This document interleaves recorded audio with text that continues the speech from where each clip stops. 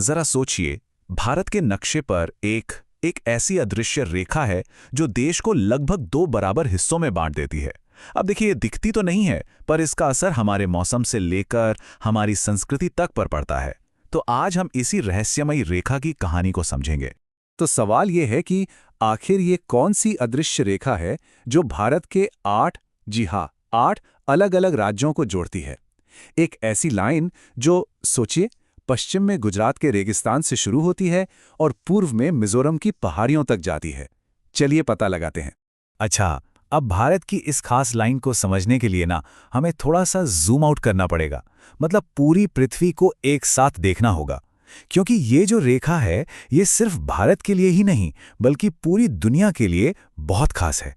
तो देखिए, हमारी पृथ्वी पर कुछ बहुत ही जरूरी अक्षांश रेखाएं खींची गई हैं, जैसे कि आर्कटिक सर्कल, कर्क रेखा, भूमध्य रेखा, मकर रेखा और अंटार्कटिक सर्कल। और इन सब में से आज हमारी कहानी का जो हीरो है वो है कर्क रेखा। तो चलिए अब वापस ग्लोब से हटकर भारत पर जूम इन करते हैं और इस कर्क रेखा को थोड़ा और करीब से जानते हैं। तो आखिर ये कर्क रेखा है क्या? बहुत सिंपल है। ये उत्तरी गोलार्ध में भूमध्य रेखा के समानांतर खींची गई एक काल्पनिक रेखा है। मतलब ये ग्लोब पर पश्चिम से पूर्व की ओर चलती है। और हाँ, ये कोई जमीन पर खींची हुई असली लाइन नहीं है, बल्कि ज्योग्राफी को समझने का एक बहुत जरूरी जरिया है। और अगर इसका ग्लोबल एड्रेस पूछा जाए तो वो है 23.5 डिग्री उत्तरी अक्षांश। बस यही वो कह सकते हैं जादुई नंबर है जो ये तय करता है कि ये रेखा दुनिया में कहां-कहां से गुजरेगी, और यही इसे इतना महत्वपूर्ण भी बनाता है। हाँ, एक बात और, इस पूरी बातचीत के लिए हमारी जो सारी जानकारी है वो इसी सोर्स डॉक्यूमेंट से ली गई है, जिसमें कर्क रेखा के रास्ते के बारे में विस्तार से बताया गया है। चलिए अब ग्लोबल व्यू से वापस इंडिया पर आते हैं। ये जो पूरी दुनिया को नापने वाली लाइन है ये हमारे देश के लगभग बीचों बीच से होकर गुजरती है, और भारत में इसकी जो यात्रा है वो बहुत ही अनोखी है। तो भारत में इसका सफर कितने राज्यों से होकर जाता है, कोई अंदाजा?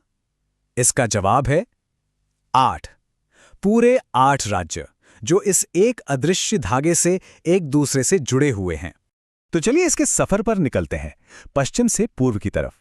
सबसे पहले ये गुजरात से शुरू होती है, फिर राजस्थान के एक छोटे से हिस्से को छूती है और फिर पहुंचती है भारत के दिल यानी मध्य प्रदेश में। इसके बाद छत्तीसगढ़, झारखंड, पश्चिम बंगाल, त्रिपुरा और आखिर में मिजोरम में जाकर इसका सफर पूरा होता है। सोचिए, रेगिस्तान से लेके जंगलों और पहाड़ियों तक, सच में क्या कमाल की यात्रा है। तो इस सब का निचोड़ क्या है? मतलब सबसे जरूरी बात क्या है जो हमें याद रखनी चाहिए? तो देखिए, सबसे जरूरी बात यह है, 23.5 डिग्री उत्तर पर मौजूद सिर्फ एक काल्पनिक रेखा भारत के 8 अलग-अलग राज्यों के एक बहुत बड़े और विविध हिस्से को एक साथ जोड़ती है। ये सिर्फ एक ज्योग्राफी का फैक्ट नहीं है, ये तो भारत की विविधता में एकता का एक प्रतीक भी है।